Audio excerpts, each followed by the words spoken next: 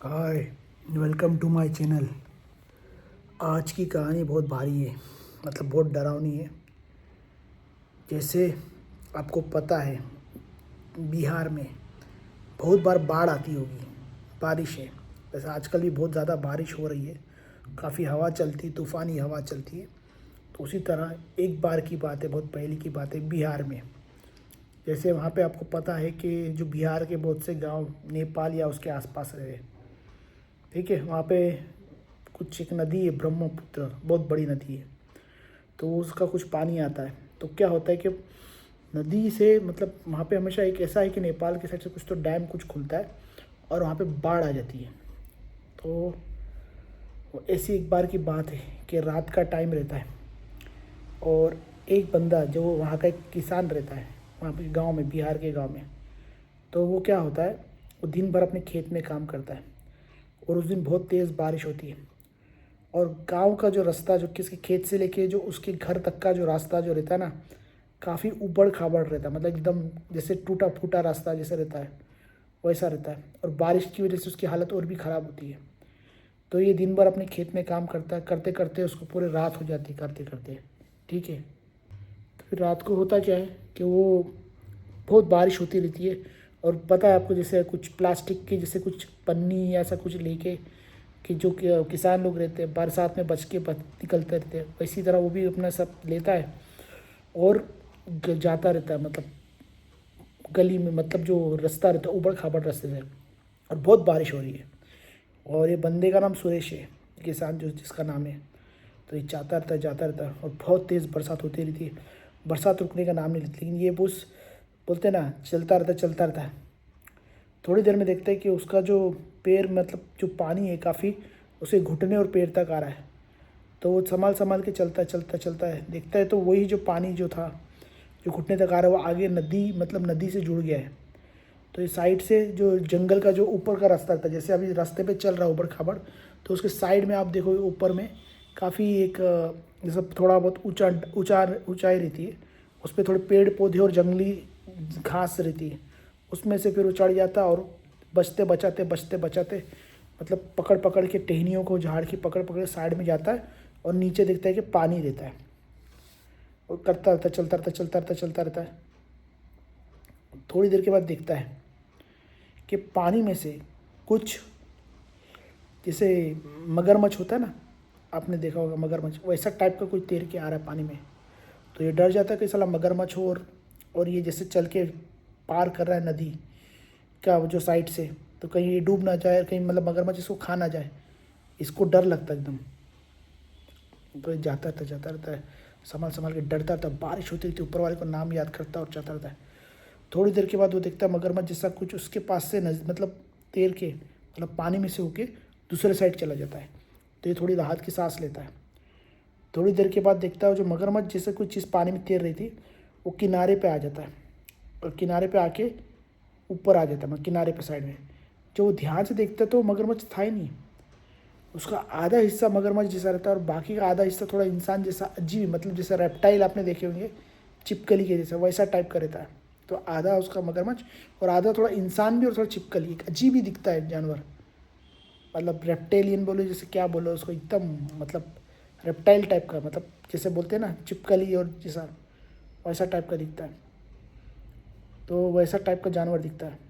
तो वो दिखता है वो, और उसके मुंह में, मतलब एक कुछ तो मांस का बहुत बड़ा टुकड़ा रहता है, किसी जानवर को वो खा के, मतलब पानी में से कुछ शिकार करके बाहर खाता रहता है।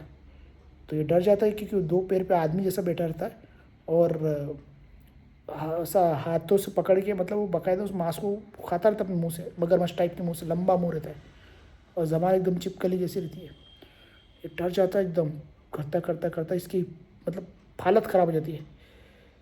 मतलब जैसे बोलते हैं ना, डर के इसकी सुसु निकल जाती है, ऐसी हालत होती है। ये फिर भी चलता तो ऊपर वाले को याद करके आगे बढ़ता है। बढ़ के काफ़ी, मतलब नज़दीक, मतलब वो नदी पार करने काफ़ी नज़दीक पहुंच जाता है, मतलब तब देखता है कि उसके जैसे और भी जीव पानी से उसी बाहर आ रहे हैं। वही बारिश बहुत तेज़ हो रही है और उसी टाइप के जीव बाहर आ रहे हैं और बाहर आके आपस में बात, अजीब ही उनकी मतलब भाषा है, उसमें बात कर रहे हैं। वो देख के डर जाता है, ये भागता कैसे करके भागता है तो उसमें से जब ये किसान मतलब जो कैसे भी करके नदी पार कर लेता है और फिर दूर से इनको देखता है, तो उसमें से जो एक जीव रहता है, मतलब जो उन लोग जो पानी में से निकलते हैं, आधे मगरमच्छ आधा इंसान, वो इस किसान को देख लेता है। तो वो देखता है और दूर से देखने के बाद उसकी आंखें सी चमकती है तेज़, मतलब जैसे आपने देखा होगा शेर की या बिल्ली की आंखें कैसी चमकती रात में, वैसी आंखें उसकी चमकती है और वो सीधा इसकी तरफ आने लगता है भाग के स्पीड से। किसान कैसे भी करके भागता है और पीछे वो लग जाता है, करता है देखता है तो उसके साथ में उसके बाकी साथी भी इसके पीछे लग जाते हैं और बहुत अजीब सी गंदी सी आवाज़ निकालता है, बहुत गंदी उनकी पास स्मेल आती है। लेकिन वो किसान जान बचा के भागता है, गिरते पड़ते वो उस पानी में से भागता है और आ जाके अपनी जो गांव की बाउंड्री रहती उस पे जाके, वहाँ पे जाके एक मतलब पेड़ रहता है उसके पास जाके गिर जाता है। लेकिन गाँव की जो बाउंड्री तक वो जितने जीव रहते हैं वहाँ तक नहीं आते, ये गांव में आ जाता है।